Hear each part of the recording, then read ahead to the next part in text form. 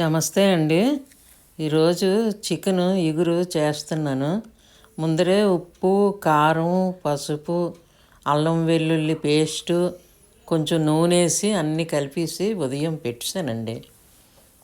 ఇప్పుడు 12 గంటలకి అది తీసి కూర చేస్తున్నాను. మరి కొంచెం నూనె వేసి అది స్టవ్ మీద పెట్టాను.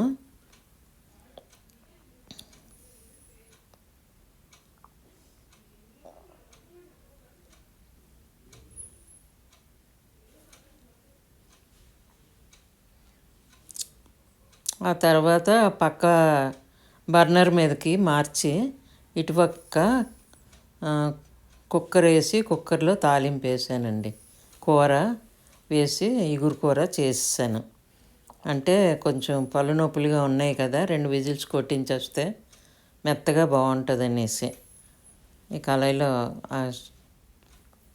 ప్యాన్లో నూనె వేసి నూనె వేడెక్కిన తర్వాత ఉల్లిపాయ పచ్చిమిర్చి వేసానండి.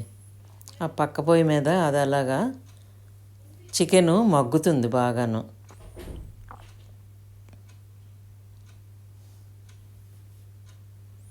కొంచెం పసుపు, కొంచెం ఉప్పు వేసానండి.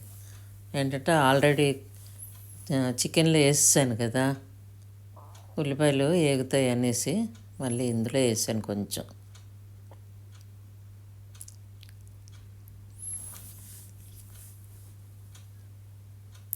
బాగా ఉల్లిపాయలు ఏగిపోయండి.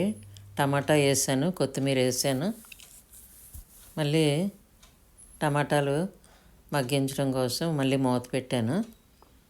అవతల అది మగ్గుతుంది చికెను.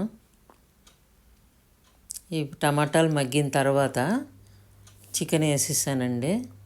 అవతల ఆ పొయ్యి మీద కొంచెం నీళ్ళు, ఒక్క అరగ్లాసు నీళ్ళు వేసాను. ఇగురు ఎక్కువ లేకుండా కొంచెం దానికి అంటుకునేటట్టు ఉంటే సరిపోద్ది కదా అని.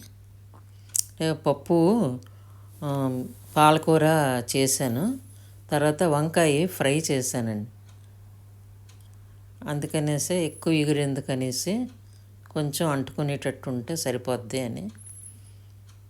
చాలా కూర సగం సగం పైనే ఉడికిపోయింది. ఒక 2 విజిల్స్ వేసేస్తే సరిపోద్దండి, దించేయడమే. ఇప్పుడు కొంచెం కసూరి మేతి, అది మన కొత్తిమీర, గరం మసాలా పౌడరు, జీలకర్ర పౌడరు, ధనియాల పౌడరు వేసానండి. ఇంకా మూత పెట్టేస్తే 2 విజిల్స్ అవ్వగానే ఆపేస్తే అయిపోద్ది. థ్యాంక్ యూ అండి.